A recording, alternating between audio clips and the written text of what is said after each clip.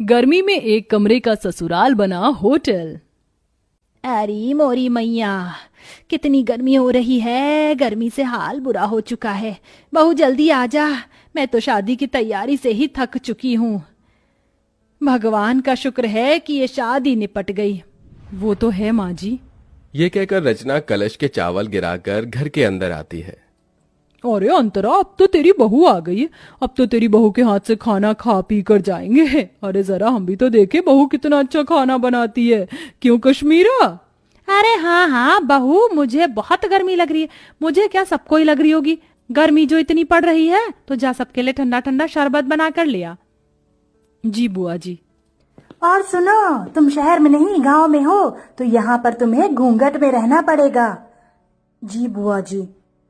अरे पर बहू देखेगी कैसे? उसने इतना मोटा और भारी लहंगा पहन रखा है, कपड़े तो बदलने देते।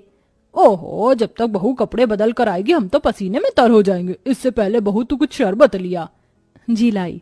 अरे बहू, थोड़ा घूंघट और करो, हम तुम्हारे ससुर समान हैं, तुम्हारे ससुर के बड़े भाई।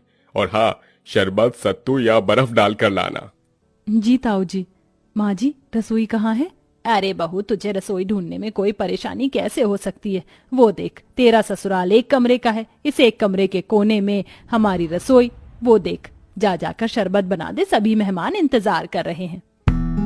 इसका मतलब हमारे सारे रिश्तेदार यहीं रहेंगे, इस एक कमरे के ससुराल में? और कहाँ जाएंगे बहू?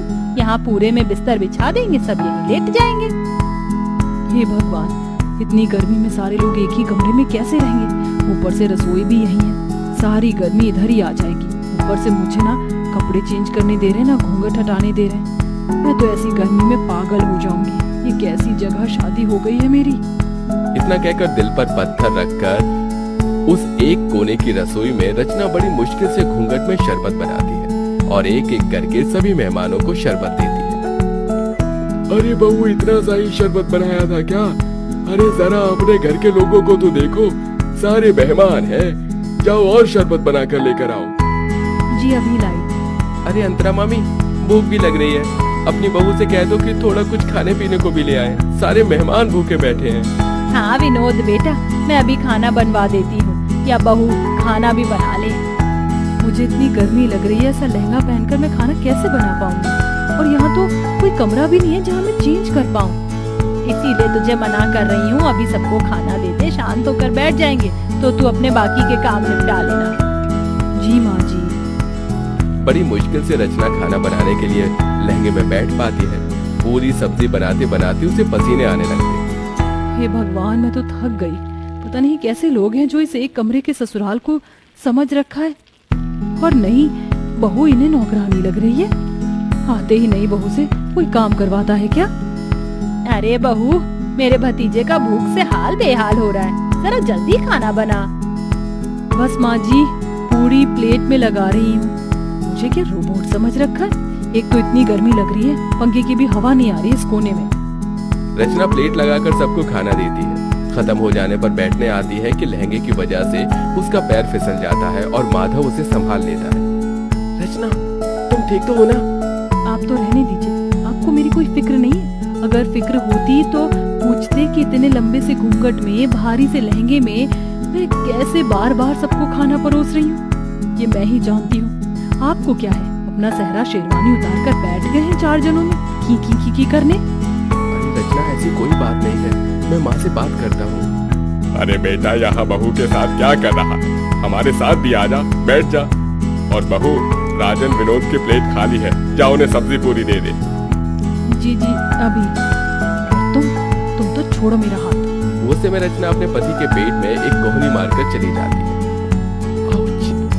क्या हुआ बेटा? कुछ नहीं ताऊ जी। फिर सबको खाना देने के बाद रचना थक जाती है और बैठी बैठी सो जाती है। उसे देख कश्मीरा जगाने जाती है तो माधव मना कर देता है। बुआ जी, उसे उठाइएगा मत, बेचारी गृह प्रवेश के बाद से ही सबको खाना दे रही है, एक पल के लिए भी बैठी नहीं है। और देखिए कितना पसीना आ रहा है, उसे लहंगा भी नहीं उतारने दिया आप सबने, थोड़ा तो रहम कीजिए। ओहो, देख रही है, तेरा बेटा अभी से ही बहू के पक्ष में हो गया। चलो अच्छी बात है, हम कौन से तुम्हारी पत्नी को परेशान कर रहे हैं, सोने दो। माधव पास के बिस्तर पर उसे सुला देता है और एक पर्दा डाल देता है। जिससे सारे बड़े बुजुर्ग रिश्तेदार उसे ना देखें। ऐसे ही शाम हो जाती है। रचना अपने कपड़े बदलकर आराम से बैठी थी कि मौसिया सास सुधा उसके पास आती है। अरे बहू, तुझे कितनी बार बताऊं, घूंघट करके रख। तेरे किसी भी सास ससुर ने देख लिया तुझे तो गजब हो जाएगा। नई बहू को पर्दे में ही रहना चाहिए, समझी? अब जा जाकर चाय बना। मैं चाय तो बना दूंगी, पर मैं तो पहले इस तरफ बैठी हूँ ना, मुझे कोई भी नहीं देख सकता, तो थोड़ी देर घूंघट ऊपर कर लूंगी तो क्या हो जाएगा। मुझे भी गर्मी लग रही है, और ऐसा तो है नहीं किसी ने मेरी शक्ल नहीं देखी, सबने शादी में मुझे देखा है। देख ले अंतरा, देख ले तेरी बहू कैसे अभी से ही जबान लड़ा रही है। अरे मैं तो मौसी हूँ, मुझे इस बात का बुरा नहीं लगेगा, लेकिन कोई और होता तो तौबा तौबा तौबा। छोड़ ना सुधा, ऐसी बात नहीं करते, जा सबके लिए चाय नाश्ता लेकर आ। ये बोलते ही रचना घूंघट करके फिर से गर्मी में सबके लिए चाय बनाती है। अब इतने सारे मेहमान थे, हर कोई थोड़ी थोड़ी देर बाद अपने खाने पीने की फरमाइश कर रहा था।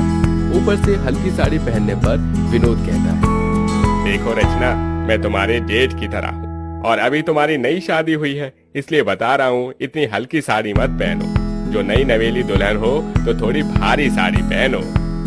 भाई साहब, गर्मी लग रही है इसलिए मैंने थोड़ी हल्की साड़ी पहनाई है। कोई बात नहीं, थोड़ा बर्दाश्त करो और अपने हाथ के पकौड़े भी बनाकर खिला दो।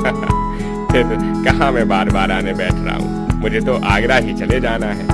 अब मेरा भेजा फ्राई हो रहा है, शादी करके पछता रही हूँ। इससे पहले ही बढ़िया थी मैं जब जीन्स टॉप पहनकर विदाउट कोई घूंघट के इधर उधर रहती थी, पर इन बड़े लोगों ने तो मेरा जीना हराम कर दिया। ऊपर से इतना छोटा ससुराल है, हर जगह कोई ना कोई बैठा है। सच में कमरे के ससुराल को होटल समझ लिया, जाने का नाम ही नहीं ले रहे। जब से आए बहू ये, जब से आए बहू वो। जी भाई साहब, लाई अभी पकौड़े।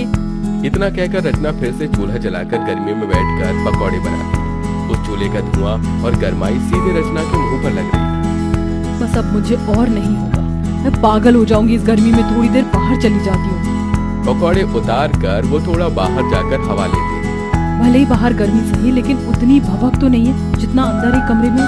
भगवान जाने कैसे आलसी जानवर की तरह सब एक साथ अंदर है, ये भी नहीं कि अपने घर चले जाए। अरे सर, सुकून तो अपने घर पर ही होता है, लेकिन यहाँ के रिश्तेदार बड़े मक्खी की तरह हैं जो गुड़ से चिपक जाते। एक काम करती हूँ, फ्रिज के ठंडे पानी से मुंह धोकर अंदर चली जाती हूँ, वरना सब बोलेंगे। फिर रचना ठंडे पानी से मुंह धोकर फिर सबके काम करने लगती है। ऐसे ही 4 दिन से हफ्ता और हफ्ते से 2 हफ्ते हो जाते हैं, लेकिन मेहमान जाने का नाम नहीं लेते। उन्होंने नई बहू को गर्मी में बिल्कुल काम करवाकर परेशान कर दिया था। ऐसे में रचना की हालत बहुत खराब हो जाती है, क्योंकि वो बेचारी खुद भी खा पी नहीं पाती है। पति से अपनी परेशानी बताती है, लेकिन वो नजरअंदाज कर देता है। बहू एक दिन गर्मी में कपड़े सुखाते सुखाते बेहोश हो जाती है। माधव फौरन डॉक्टर को घर पर बुलाता है, तो डॉक्टर बताता है, देखिए, गर्मी में इनकी हालत बहुत डाउन हो चुकी है। और इतनी मोटी साड़ी क्यों पहनी है आप लोगों ने? आप जून जुलाई की गर्मी से वाकिफ नहीं है क्या? और इतने सारे लोग क्यों हैं? यहाँ पर मरीज के पास ज्यादा लोग रहने से और घबराहट पैदा होती है। देखिए माधव जी, हो सके तो थोड़ा रेस्ट करने वाला एनवायरनमेंट प्रोवाइड करवा दो तो बेहतर होगा। जी डॉक्टर। ये सब इसी वजह से हो रहा होगा। बहू ने मुझे बोला था कि उसे परेशानी हो रही है, फिर भी मैंने इसकी एक नहीं सुनी। बेटा, डॉक्टर साहब सही कह रहे हैं। देख, बहू का पगपेरा भी नहीं हुआ, ऐसा कर तू इसके मायके ले जा इसे। ठीक है माँ। बहुत हो गया, कहीं ना कहीं ये रिश्तेदार भी मेरी बहू के इस हालत के जिम्मेदार हैं। बहुत दिन खाना खा लिया मेरे घर को होटल समझकर, अब मुझे इन्हें यहाँ से निकालना ही होगा। सुनिए, आप सब थोड़ा बाहर जा सकते हैं? जो डॉक्टर साहब ने बोला है उसी के लिए बोला है मैंने। हाँ हाँ ठीक है, चलो चलो सब बाहर चलो। उनके बाहर जाते ही अंतरा बहू से कहती है, बहू मैं समझ सकती हूँ, तू बहुत परेशान हो गई थी, इसलिए अब मैं तुझे तेरे मायके भेज रही हूँ और इन मेहमानों की तो छुट्टी मैं करूँगी। काश तेरी ये बात मैंने पहले समझ ली होती। कोई बात नहीं माँ जी, ये सब हो जाता है, आप अपना ख्याल रखना। हाँ हाँ।